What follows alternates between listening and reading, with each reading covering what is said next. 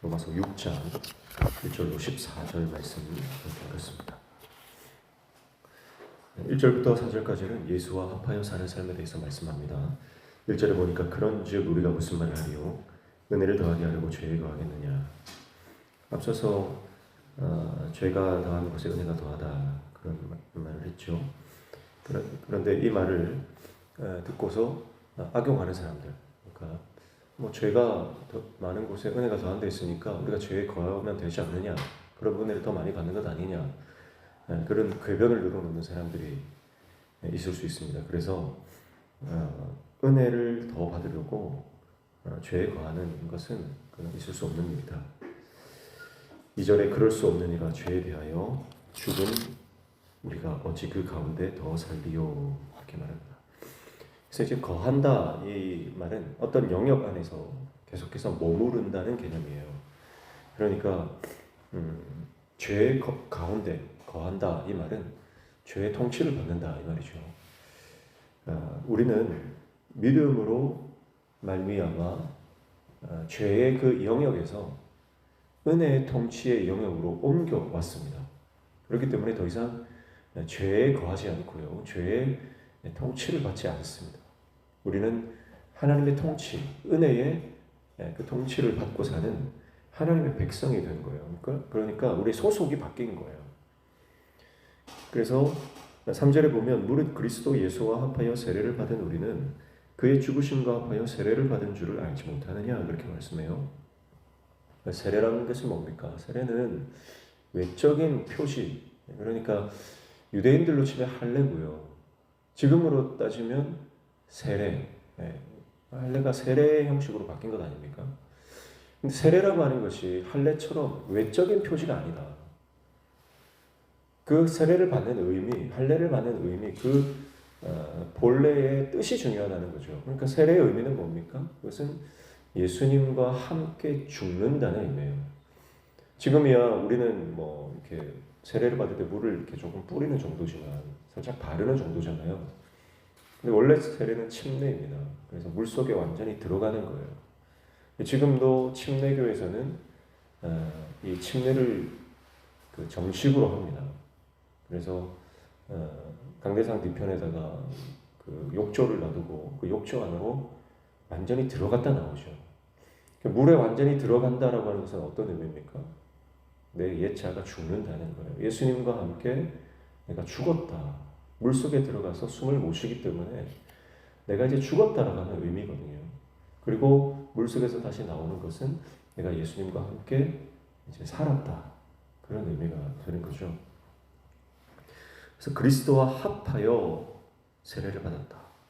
그럼 우리가 세례 받을 때 그냥 내가 받은 게 아니고요, 예수님과 함께 그 세례를 받는 거예요. 예수님도 그래서 세례를 받으시잖아요. 예수님은 세례를 받으실 필요가 없는 분이거든요. 그런데 왜 세례를 받으십니까? 인류를 대표해서 받으시니까. 그래서 예수님의 세례는 죄인의 세례입니다. 그래서 아사셀 염소, 그 모든 죄를 전가해서 광야로 내어 쫓는 그 버림받은 염소. 예수님께서 아사셀 염소가 되셔서 세례 요한이 안수할 때 인류의 모든 죄가 예수님께 전가되는 그 죄인의 세례를 받으신 거거든요. 우리가 죄인이기 때문에 예수님께서 그 세례를 대신 받으심으로 인류가 살 길을 얻는 겁니다. 그래서 우리가 세례를 받을 때 예수님의 세례, 그것을 우리가 생각해야 되는 거죠. 그래서 우리가 예수님과 합하여 세례를 받았고, 그리고 그의 죽으심과 합하여 세례를 받았다. 그러니까 세례를 받는 것이 바로 예수님과 함께 죽는 것이다, 그 말이에요. 그래서 4절에 그러므로 우리가 그의 죽으심과 합하여 세례를 받음으로 그와 함께 장사되었나니 이는 아버지의 영광으로 말미암아 그리스도를 죽은 자 가운데서 살리심과 같이 우리로 또한 새 생명 가운데서 행하게 하려 함이라, 이렇게 말씀하죠. 그래서 이제 우리가 죄에 대하여는 죽었고요, 그리고 생명 가운데서 행하게 합니다, 이렇게 말씀하고 있어요. 죽은 사람은 반응이 없잖아요. 죄에 대해서 죽었다 하는 것은 이제 더 이상 죄에 대해서 반응하지 않는다. 죄를 즐기지 않는다. 죄를 추구하지 않는다. 죄 가운데 머물지 않는다. 우리가 종종 쓰러질 수는 있습니다. 종종 실수하고 범죄에 빠질 수는 있지만 거기에 머무르진 않는다는 거예요. 그것을 즐기진 않는다는 거예요. 순간순간 죄를 짓더라도 이내 회개하고 돌아오고 다시 하나님의 통치 안으로 들어갑니다. 그래서 완전히 완벽한 사람이 된다는 뜻이 아니고 우리가 예수 그리스도와 함께 십자가에 못 박혔다라고 하는 것은 이제는 하나님의 통치 영역 안으로 들어왔기 때문에 더 이상 죄의 통치, 그 죄를 즐기고 그 안에 머무르고 그 안에 완전히 자포자기한 채로 그 안에 있지 않는 것을 말하는 거예요. 그래서 예수 그리스도의 죽음에 참여한 자만이 생명, 예수 그리스도의 부활에 참여할 수가 있다. 그렇게 말씀하죠. 그래서 5절에 보시면 만일 우리가 그의 죽으심과 같은 모양으로 연합한 자가 되었으면 또한 그의 부활과 같은 모양으로 연합한 자도 되리라. 그래서 십자가가 없으면 부활이 없습니다. 죽음이 없이는 생명의 역사를 볼 수 없는 거예요. 그래서 죽음에 연합해야만 부활에 연합합니다. 6절에 우리가 알거니와 우리의 옛사람이 예수와 함께 십자가에 못 박힌 것은 죄의 몸이 죽어 다시는 우리가 죄에게 종노릇하지 아니하려 함이니 이렇게 말씀하죠. 그래서 죄의 종노릇하지 않는다. 죄의 통치, 죄의 다스림, 완전히 이 죄의 중독 상태에서 빠져나오는 거예요. 7절에 이는 죽은 자가 죄에서 벗어나 의롭다 하심을 얻었습니다. 이렇게 말씀합니다. 그래서 죄에서 벗어나려고 한다면요, 유일한 길이 바로 죽음이에요. 죽지 않고서는 죄에서 벗어날 수 없습니다. 그래서 내 옛 자아가, 내 옛 사람이 십자가에서 죽어야만 내가 이 죄로부터 자유케 됩니다. 8절에 만일 우리가 그리스도와 함께 죽었으면 또한 그와 함께 살 줄을 믿는다. 이게 역설이죠. 죽으면 끝이잖아요.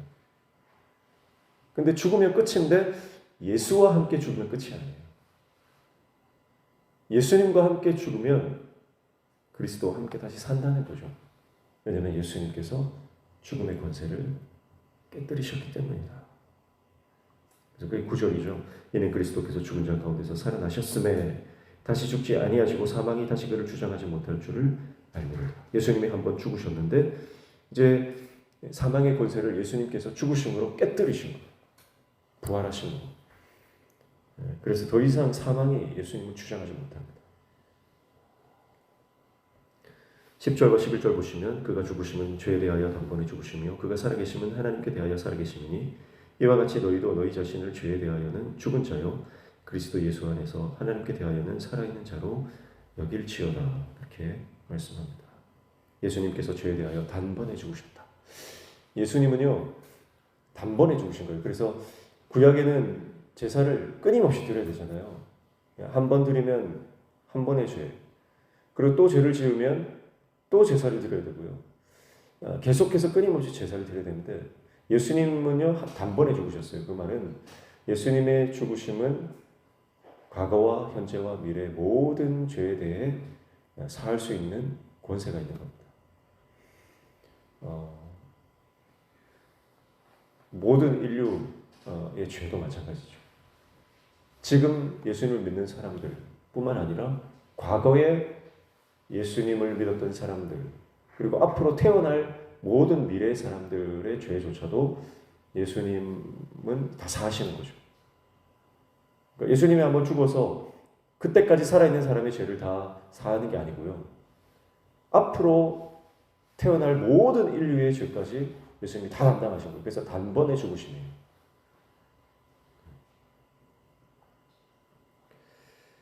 그래서 하나님께 대하여 살아계심과 같이 우리도 죄에 대해서는 죽고 하나님께 대해 살아있다고 여겨라. 이게 여겨라 하는 게 중요한 거예요. 그래서 이것은 인식이에요. 영적인 원리를 깨달아라는 거예요. 그래서 이것을 깨닫지 못하고 이것을 우리가 알지 못하면 우리가 영적인 원리에 대해서 우리가 무지하면 이 은혜를 받아들일 수가 없습니다. 그래서 예수님을 믿어야 산다. 믿어야 산다. 예수님을 믿어야 구원받는다. 그런데 정말 예수님만 믿으면 구원받느냐? 그런 게 어디 있느냐? 안 깨달아지는 거거든요. 이 영적인 원리가 우리가 받아들이지 못하면 깨달아지지가 않아요. 그래서 이게 받아들일 수가 없어요.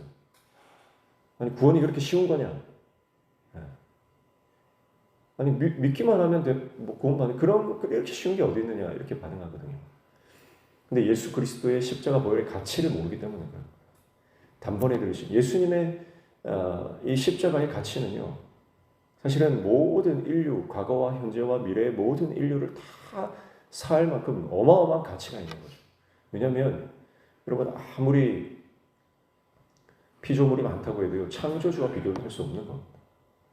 창조주께서 피조물을 위해서 죽으신 사건, 이것이 어마어마한 영적인 권세가 있는 겁니다. 그래서 그것을 깨달으라는 거죠. 그래서 12절 보시면, 그러므로 너희는 죄가 너희 죽을 몸을 지배하지 못하게 하여 몸의 사욕에 순종하지 말고, 그렇게 말씀합니다. 자, 몸의 사욕에 순종하면 죄가 몸을 지배한다, 그렇게 말해요. 그러니까 내 안에 육신의 소욕이 있잖아요.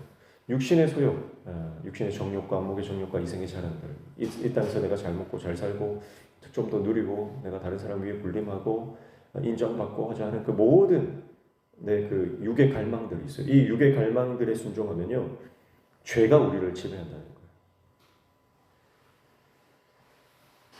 술에 순종하면 술이 나를 지배합니다. 음란에 순종하면 음란이 나를 지배합니다.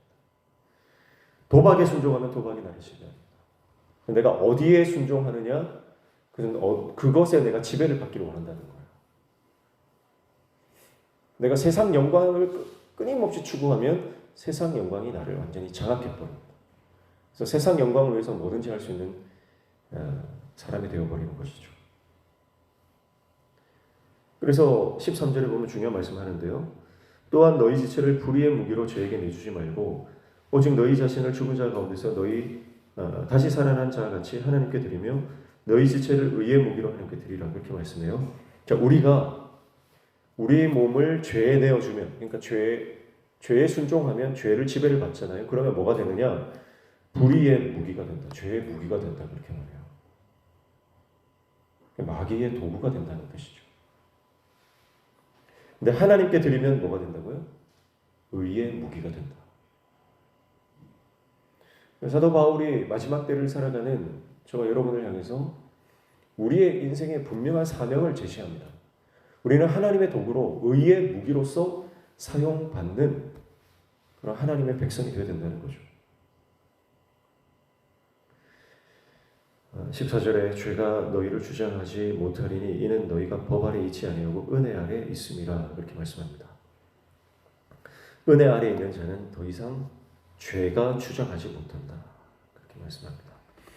죄가 하는 역할이 뭐냐면, 죄는 끊임없이 우리에게 정죄감을 줘요.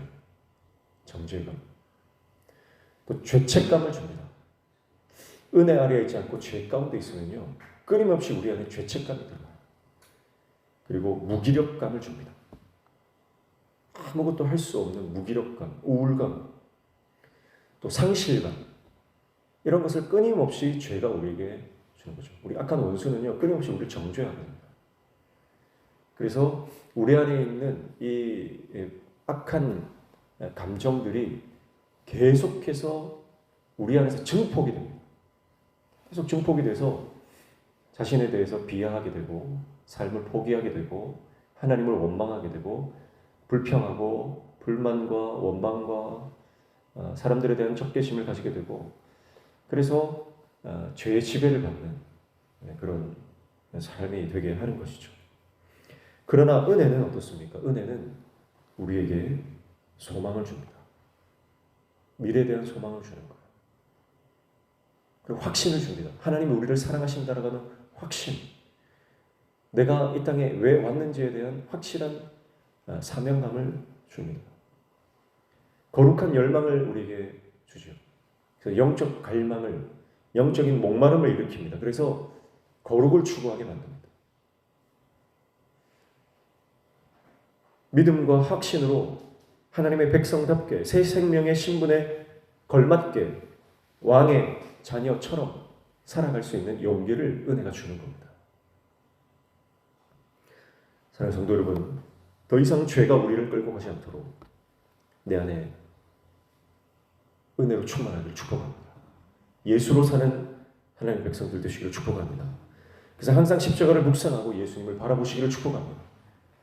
그때에 죄가 우리를 끌고 가는 것이 아니라 은혜가 우리를 인도하여 확신과 미래 소망으로 이 땅을 의의 무기로 하나님께서 기뻐하시는 거룩한 백성으로 살아가는 귀한 역사가 있을 줄로 믿습니다. 이제 우리는 죄에 대해서는 죽은 죄입니다.